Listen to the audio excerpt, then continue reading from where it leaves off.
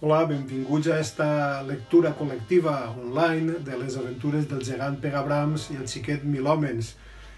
És com donar-vos la benvinguda a una de les nostres llegendes populars que hem recollit a poc, escoltant-les dels nostres majors i finalment posant-les en paper i il·lustrant-les per a que puguen arribar al públic infantil.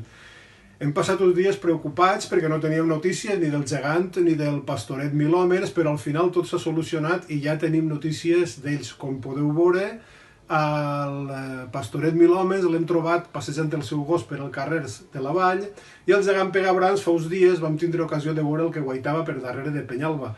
Així que una volta tranquils de que els personatges de la nostra llegenda estan bé, ja podem passar a esta activitat de la campanya d'animació lectora, la lectura col·lectiva online de les aventures del gegant Pegabrams i del pastoret Milhomens. Així que a escoltar i a llegir. Espero que vos trobeu bé i que continueu millor. El gegant Pegabrams era alt com un campanar i tenia les mans amples i robustes com una garrofera. Feia molta por, perquè sempre estava enrabiat, i amollava uns crits que feien tremolar els vidres de les finestres i s'enduien volant la roba estesa.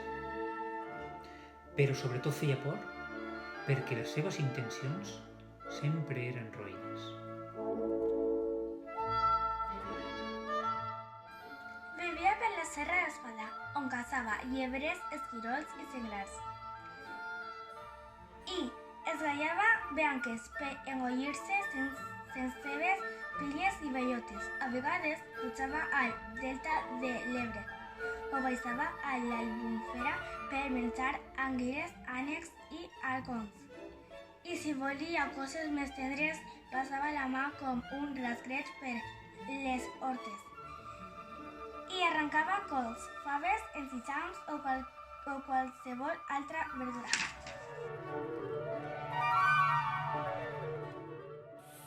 Els habitants de la vall estaven desesperats, perquè el gegant arruïnava les collites i, pitjor encara, causava moltes morts.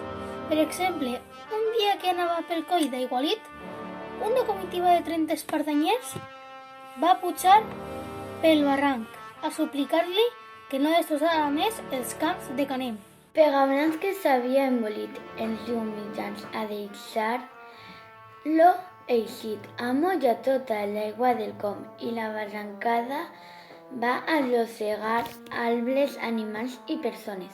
Van morir els 100 espardenyers.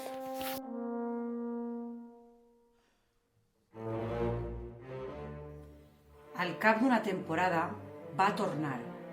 Era el dia de Pasqua i molta gent havia pujat a menjar la mona a les muntanyes. Pegabrams començà a pegar bots i manotades.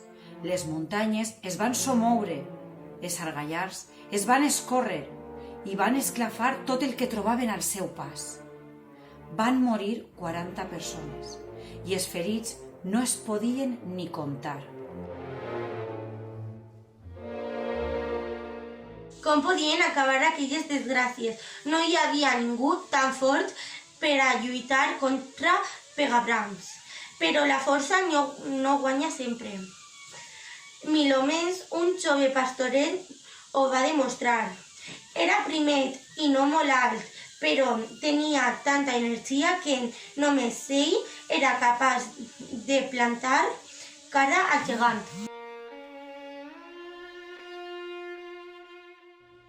Un dia que Pegabrams guaitava per darrere de Penyalba, Milhomens li va pegar un crit. Et creus invencible perquè ets molt gran, però jo tinc més força que tu. Pegabrams va esclafir a riure. Tu? Això sí que està bo. Sí, jo.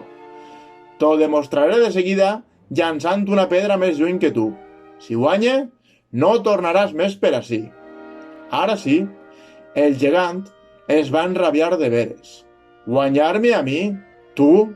Un monyicot? Es va girar i va arrencar una roca dels cingles del costat de Penyalba.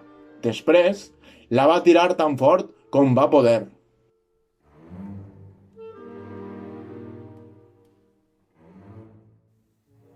La pedra va volar fent l'ombra a tota la vall. Es va partir en uns quants trossos i va caure al mar.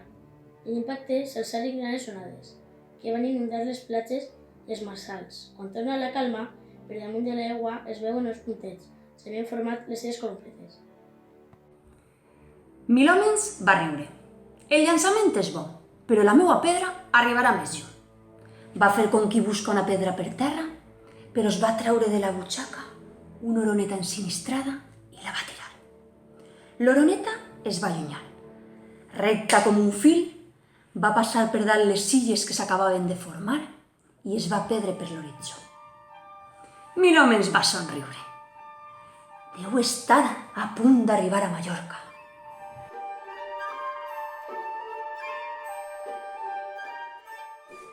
El gegant no es va adonar de la trampa i es va enrabiar més encara. Va passar les cames per dalt de Penyalba i es va aturar al costat de Pipa. Aleshores, va plegar de terra una roca més grossa que 40 homes i la va triturar entre les mans fins a fer-la terra. De mi no se'n riu ningú. Això faré amb tots vosaltres. Tots els habitants de la vall es van esglaiar perquè estaven convençuts que Pegabrams els mataria. Però Milhomens va tornar a fer com si buscara una pedra i es va traure un tros de formatge tendre. Tu vols fer-me terra, però jo tu et faré aigua. I va serrar el puny amb força fins que unes quantes gotes van banyar la terra. El gegant no troba paraules. Es colpeja el pit amb els dos punys i obrint la boca com una cova va bramar. No en deixaré ni un! A tota pressa. Milhomens carrega una fona que duia preparada i va disparar.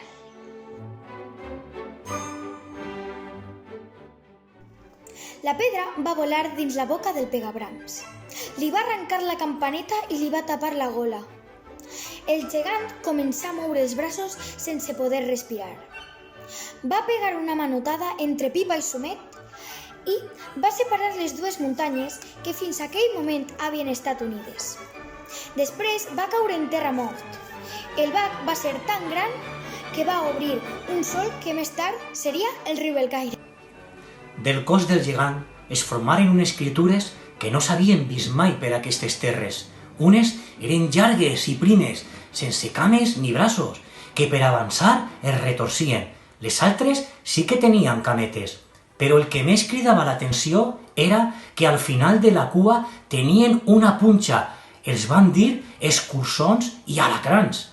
Tant els uns com els altres eren tan perillosos com el mateix Pegabrams.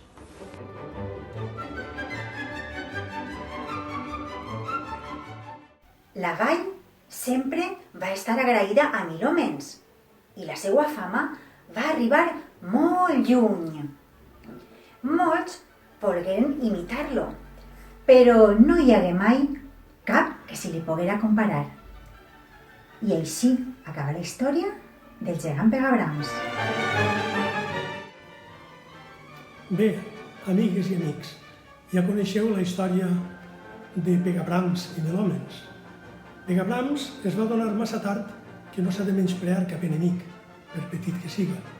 I Milhomens va demostrar que no s'ha de tindre por de les dificultats, encara que pareguen molt grans.